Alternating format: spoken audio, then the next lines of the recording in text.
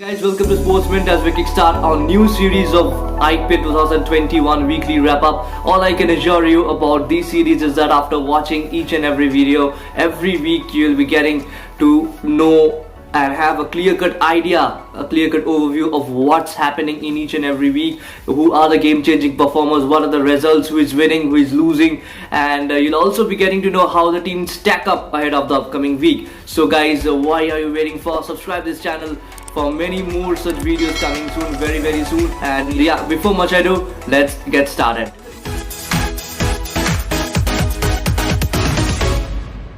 Tournament kick-started with Royal Challengers Bangalore emerging victorious against the defending champions Mumbai Indians in a last over thriller.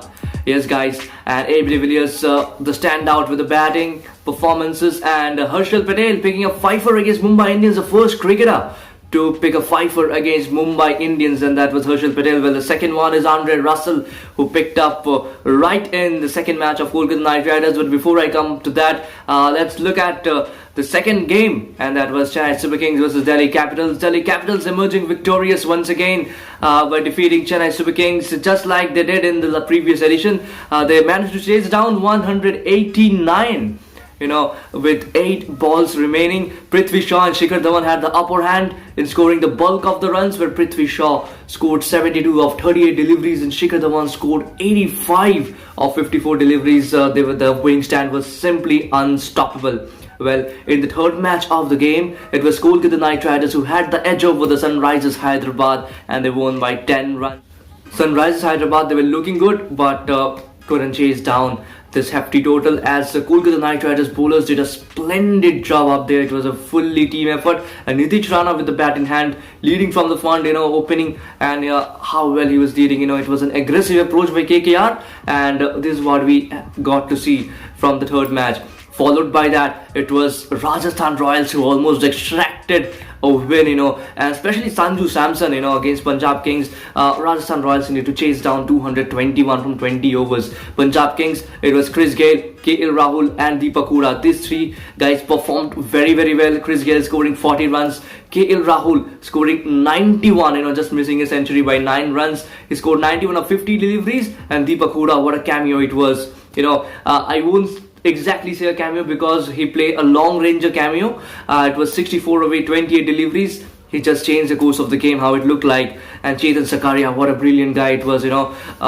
His brother expired a few months back. It was a suicide case, and followed by that, he kept on performing, in the Syed Mushtaq Ali Trophy, and now he kept on performing here in the IPL. But the run chase was something really exciting, as Sanju Samson almost extracted a single-handed victory in their favor. But it was 5 required from the last ball. Sanju Samson was on 119. What Sanju Samson tried was, he tried to hike that one wider ball outside the off stump over the long off region, but just fell short and straight into the hands of the fielder over there, and Punjab Kings emerges victorious. Well, what happened in the next 3 games? It was really exciting. They weren't the high scoring games like the previous ones, but it was the low score encounters. 2 in Chennai, 1 in Mumbai. The Chennai wicket is turning out to be very trickier. Run chases in Chennai is really getting hefty.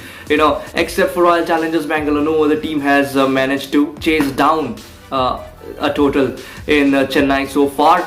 Well, Kolkata Knight Riders at one position, they required 31 to win from 30 deliveries with 7 wickets in hand. Andre Russell to come in, Dinesh Karthik to come in. They had a set batsman in the form of Nitish Rana, but what happened is that by brilliant captaincy of Rohit Sharma, Mumbai Indians have pulled the game in their favour. And what a game it was. Kolkata Knight Riders fell short of almost 10 runs in that match in the end. Followed by Sunrisers Hyderabad once again choking, but this time not against any other team but against Royal Challengers Bangalore, who is known to choke in IPL more than any other teams. I'm sorry for saying that, but that is what the fact says, that is what the numbers say. Well, Sunrisers Hyderabad at one position, they were at 96 for 1, chasing down a total of 150. But what happened next? Royal Challengers Bangalore skipper Virat Kohli brought in Shahbaz Ahmed, the left arm off spinner, and in front of the right hand batsman, and Johnny Baristo went out. Abdul Samad came in and again went back to the pavilion. Next who? It was Manish Pandey. So 3 wickets in 1 over. Shahbaz Ahmed, the all-rounder for Bengal, turning the match completely in favour of Royal Challengers Bangalore, followed by the efforts of other bowlers Harshal Patel, Kyle Jamieson and others. And yes, RCB pulled out another victory, and they are leading in the top of the table at the moment. But what followed next? It was Delhi Capitals. Their batting lineup really looks thinner without a Shreyas Iyer, without a Steven Smith, and without an Akshar Patel. So Delhi Capitals have managed to score 147 in the previous encounter against Rajasthan Royals, with Rishabh Pant scoring a half century. Rajasthan Royals, they also lost a few good wickets, 3 wickets down on 18 runs. And no Sanju Samson, no Josh Butler, no Monan Vora. The top order was completely gone. Chris Wokes, Kagi Surabhara did a pretty good job over there, and wickets kept on tumbling. But it was David Miller, the replacement for, not exactly the replacement I would say, but like he came in, he was in the squad, he came in the playing 11 in place of Ben Stokes, who had an injury and has been ruled out of the tournament. Followed by it was Chris Morris, who finished the game brilliantly in the favour of Rajasthan Royals, scoring 36 runs from 18 deliveries. He was the highest bid earner, isn't it, in this year's IPL auction. And look how he performed. He's bowling well, he's batting well, and this is what Rajasthan Royals expect from Chris Morris. An experienced guy, he knows what to do when, and he's doing that very, very well. So at the end of the week, this is how the points table looks like, with the Royal Challengers Bangalore at the top of the table, CSK at the bottom. They have played only 1 match. Even Punjab Kings have played only 1 match and they have won 1. So it's a vital game. If CSK wins this one, they go up, and Sunrisers Hyderabad will be the one at the bottom of the table. Else, if CSK loses this against Punjab Kings, it will be CSK at the bottom of the table. Well, it's too early to judge every team. It's just the initial stages of the tournament.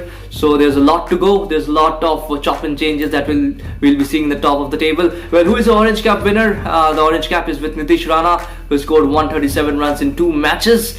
And the Purple Cap is with Harshal Patel, 7 wickets from 2 matches with a brilliant 5-er, followed by Andre Russell. He's also coming up, he's stacking up behind Harshal Patel, 6 wickets in 2 matches, also 5-er against Mumbai Indians. So that's it, guys. Make sure you like this video, and yes, subscribe the channel SPORTSMINT for many more to come. And yes, do not forget to share this video among many friends. And do comment below what are your views, what are your opinions, how you think the second week of IPL is gonna happen, how it's gonna look like, which team is gonna stack upwards, which team are gonna fall short of few runs. Guys, in the end, thank you so much for watching this video, and as I mentioned, do follow us on Instagram, and yes, subscribe to this channel, do not forget that. And yes, guys, click the bell icon to miss no notifications from SPORTSMINT. See you very soon in the coming